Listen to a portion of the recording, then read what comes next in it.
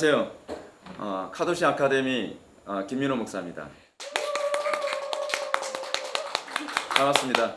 아빠가 알려주는 성경적 자녀 교육 이제 네 번째 시간입니다. 지난 시간까지 우리가 자녀 교육을 위한 기본적 전제 우리가 그거를 좀 살펴봤는데요. 한 가지를 좀 더 해야 될 것 같습니다. 자녀 교육을 위한 전제와 아울러서 자녀 교육을 위한 일종의 이제 신학적인 문제 또는 성경적인 접근 방식을 한 가지를 더 다루어야 될 것 같습니다. 이게 이제 그게 뭐냐면 유아 세례와 자녀 교육이 어떻게 연결되느냐라고 하는 이런 부분입니다. 대부분 장로교회에서는 유아 세례라고 하는 것을 압니다. 유아 세례를 하는 이유에 대해서 사람들이 잘 이해를 못하죠. 그냥 애들이 유아 세례를 받는 것이 유익하다고 하니까 그냥 대부분 유아 세례를 추진하고 그냥 때 되면은 유아 세례하고 때 되면은 입교식을 하는 것이 대부분 교회에서 사람들이 이해하고 있는 유아 세례에 대한 이해가 아닌가 그런 생각이 듭니다. 그래서 사실은 이 유아 세례가 자녀 교육과 직결되어진 그 신학적 메시지를 여기에 담지하고 있습니다. 먼저 이 유아 세례를 이해하려면 유아 세례 이전에 그 세례에 대한 이해가 먼저 되어야만 합니다. 물론 이 짧은 시간 안에 제가 유아 세례가 성경적이냐 성경적이지 않냐 또 침례교에서는 유아 세례를 주지 않는데 장로교는 왜 유아 세례를 주냐 이런 신학적인 문제를 가지고서 이 시간을 다루진 않을 겁니다. 1차적으로 제가 여러분들한테 말씀드리고 싶은 것은 유아 세례에 대한 오해부터 먼저 풀어드리고 그리고 왜 장로교에서는 굳이 유아 세례라고 하는 것을 하는가라고 하는 부분을 제가 좀 설명해 드리고자 합니다. 쉽게 얘기를 좀 하려고 해요. 먼저 유아 세례를 얘기하기 전에 세례에 관한 문제를 우리가 좀 이해해야 되는데요. 세례는 어떤 사람이 받는다고 생각합니까? 대부분 세례는 구원의 확신이 있는 사람이 세례를 받는 거라고 생각하는 사람들이 많이 있습니다.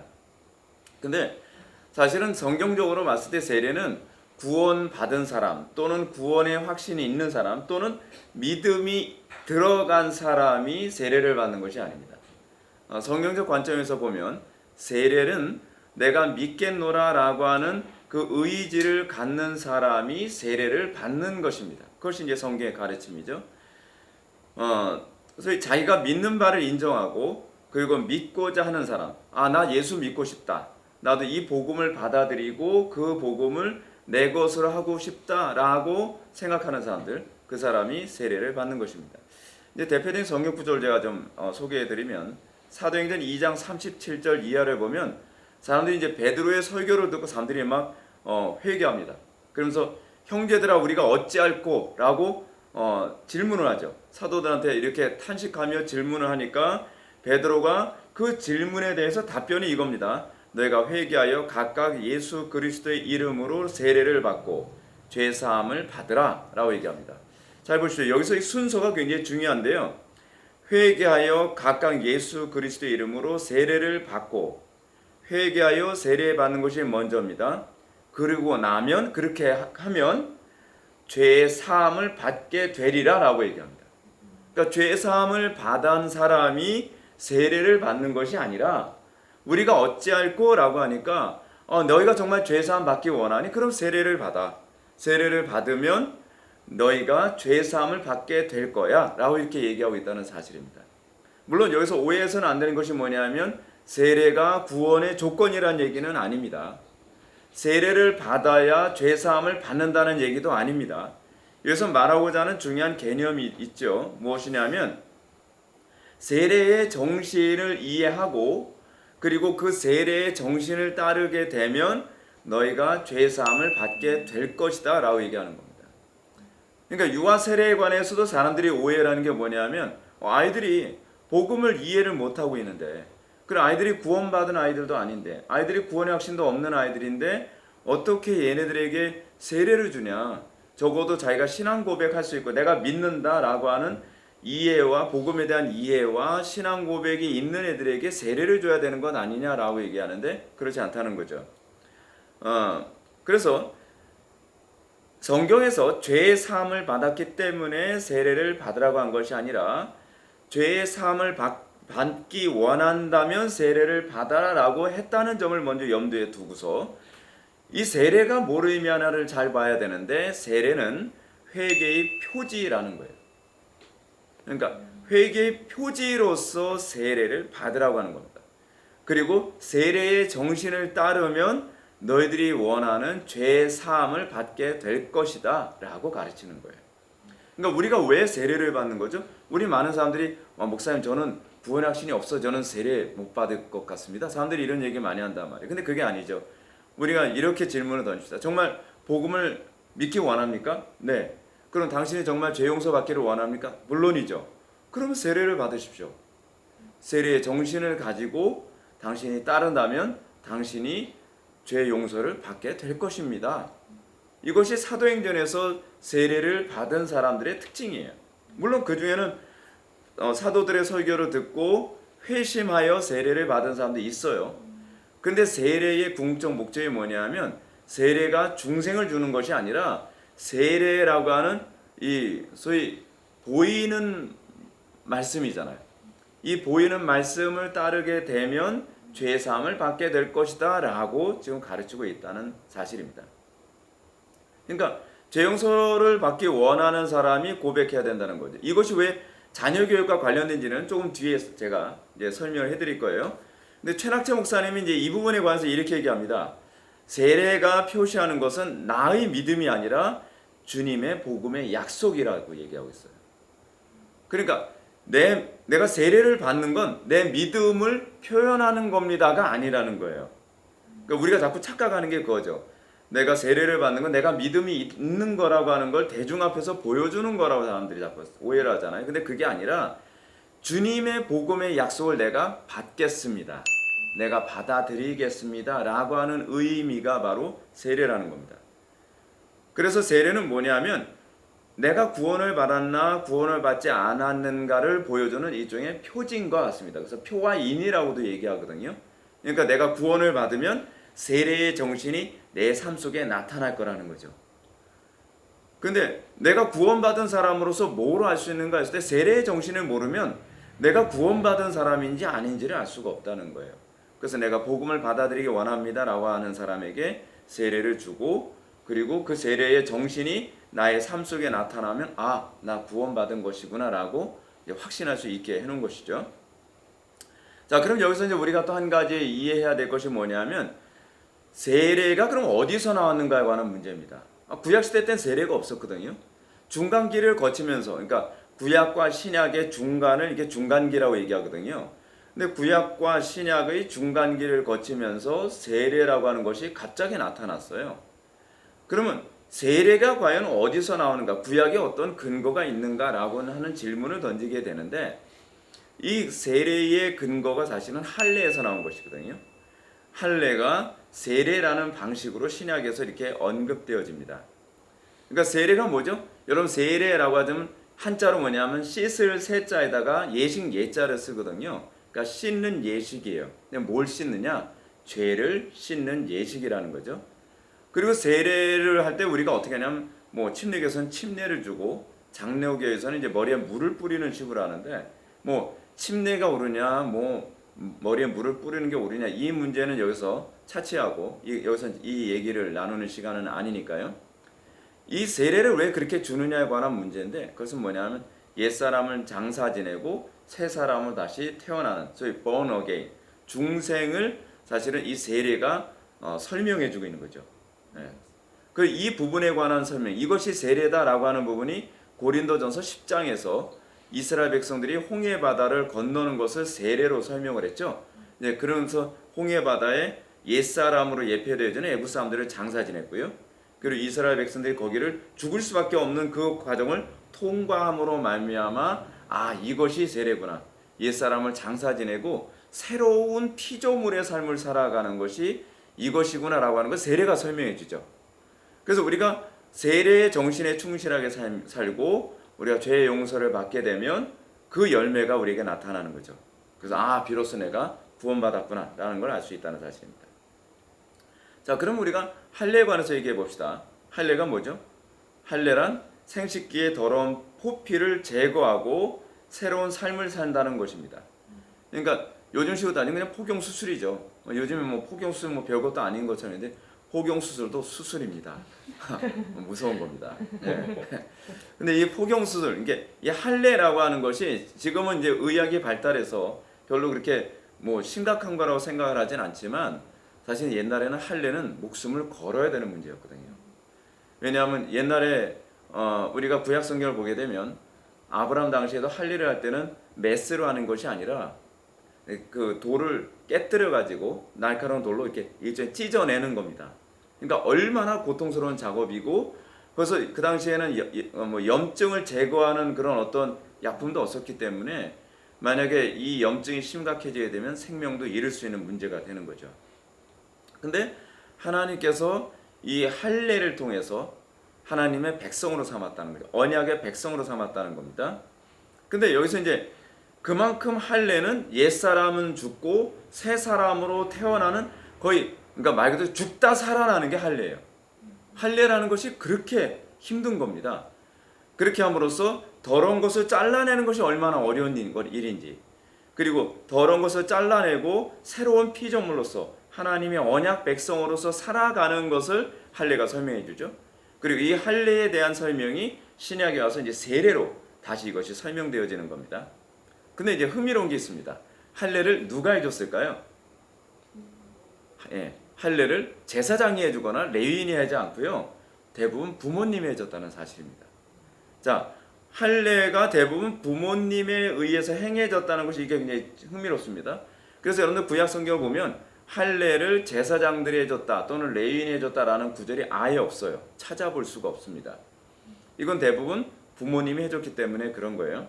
이제 여기서 이제 이 유아 세례와 관련해서 왜 유아 세례를 줘야 되느냐, 그리고 왜 유아 세례와 관련된 그 구약적 근거를 할례를 태어난 지 8일 만에 할례를 하도록 했거든요.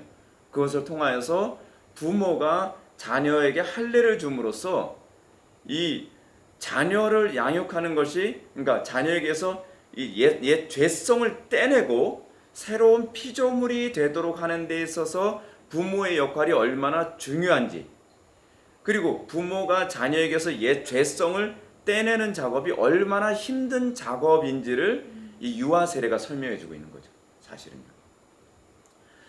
여러분, 이 유아 세례와 관련해서 우리가 또 한 가지 봐야 될 이제 구약의 사건이 하나 있었는데요. 여러분, 이 모세가 하나님으로부터 소명을 받아서요, 애굽으로 사역을 딱 출발합니다.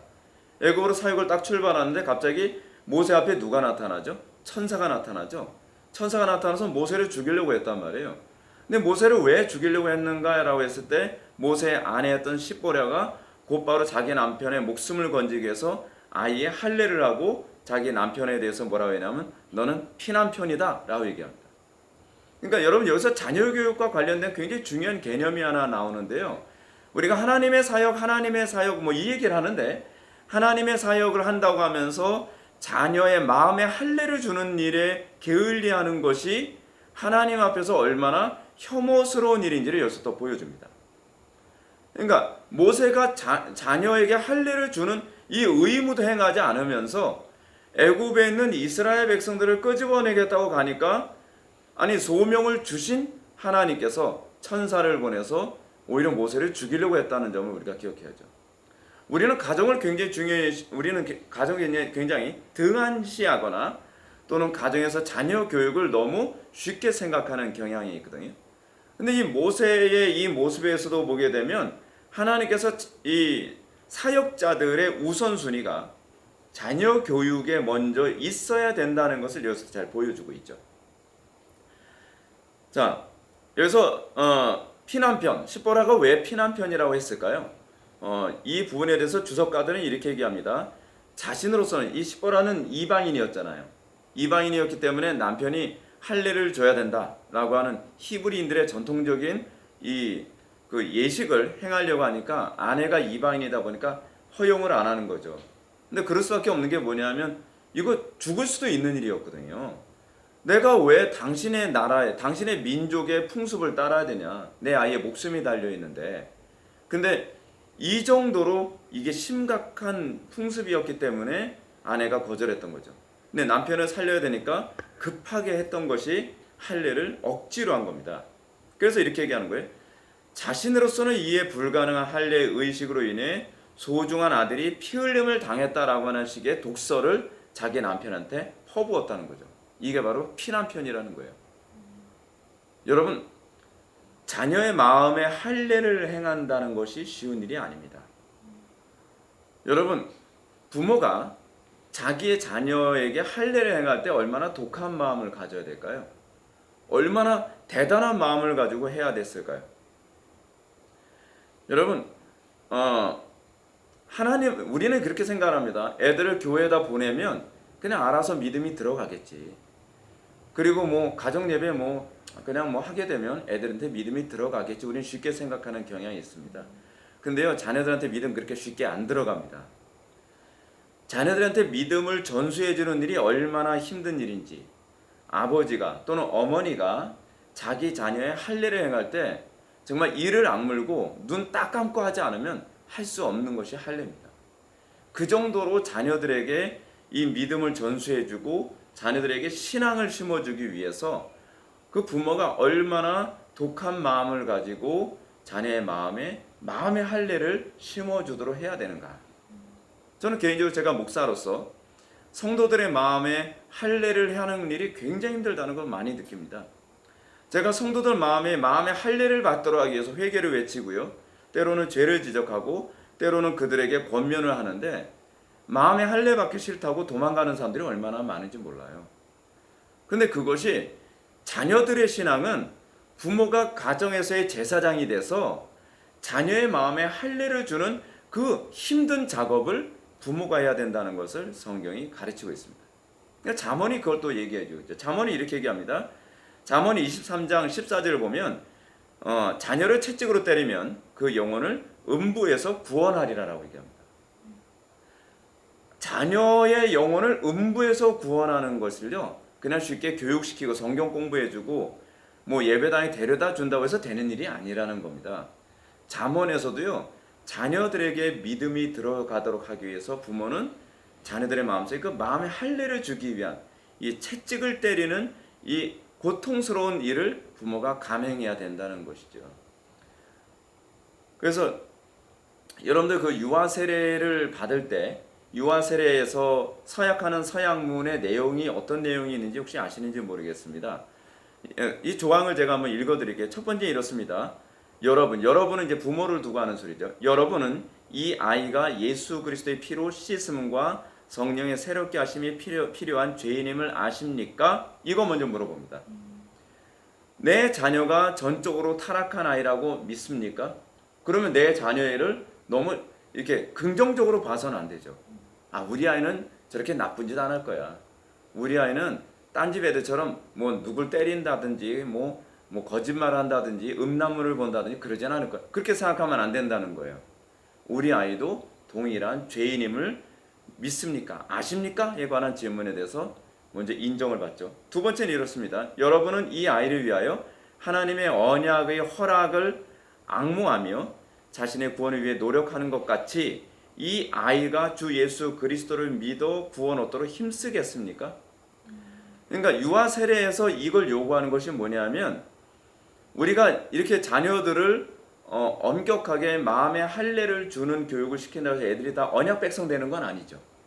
근데 하나님께서 분명한 약속을 하셨다는 거예요. 너희들이 이 언약의 자녀를 삼기 위한 이 헌신이 헛되지 않을 것이다.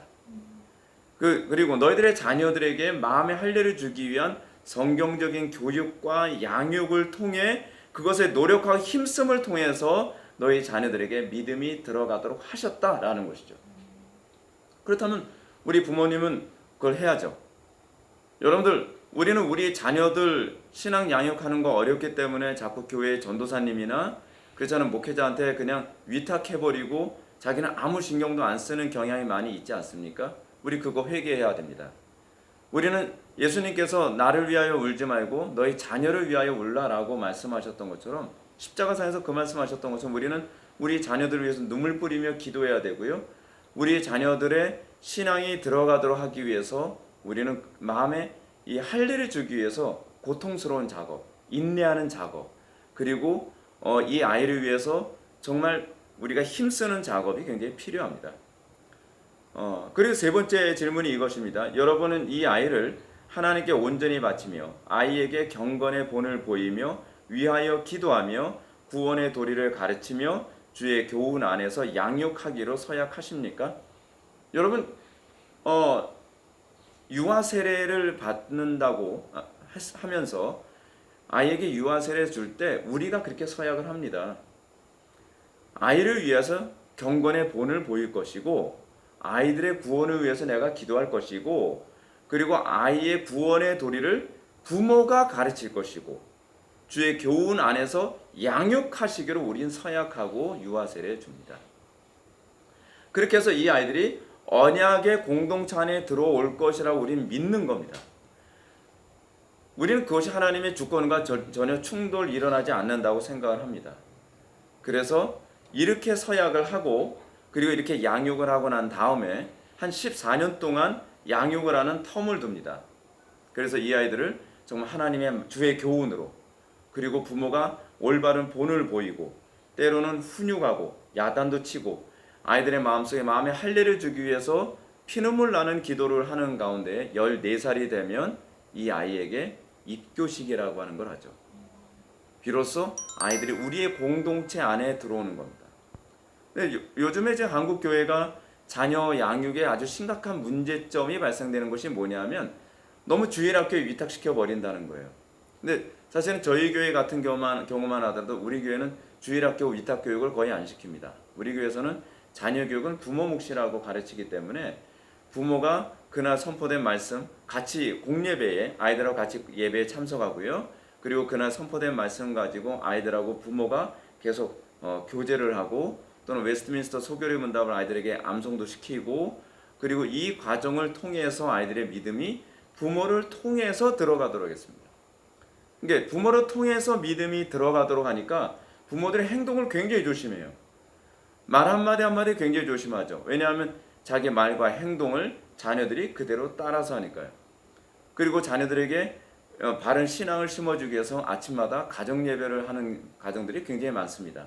가정예배를 통해서 자녀들에게 믿음을 심어주고 그리고 자녀들의 믿음이 들어가도록 해서 부모들이 기도하고 그리고 이 과정을 거칠 때에 자녀 교육에 관한 문제가 극복될 수 있을 거라고 생각을 합니다. 특히 요즘에 이제 코로나 때문에 주일학교 교육 어렵다 뭐 이런 얘기 많이 나오거든요. 주일학교 교육 어렵지 않습니다.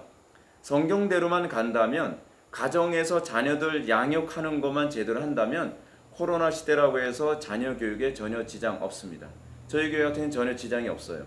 왜냐하면 애시당초부터 교회에서 교육을 시키지 않았고 가정에서 교육을 시켰기 때문에 이게 너무 좋습니다. 그리고 자녀들과 부모와의 관계 안에서 신앙의 대화가 굉장히 잘 일어나고요. 그러니까 여러분들이 이 유아 세례에 관해서 제가 자세하게 다 말씀드리지 못했지만 유아 세례에 관해 좀 더 알기를 원하신다고 한다면 회복의 교회에 그 유아 세례에 관해서 설명해 놓은 거 있습니다. 검색어를 치시게 되면 찾을 수 있으니까 세례에 대한 개념과 유아 세례에 대한 개념을 한번 찾아보셔서 한번 시청을 하시면 이 부분에 대해서 많은 도움을 얻으실 수 있을 거라 생각을 합니다. 예, 감사합니다. 오늘은 여기까지만 하겠습니다.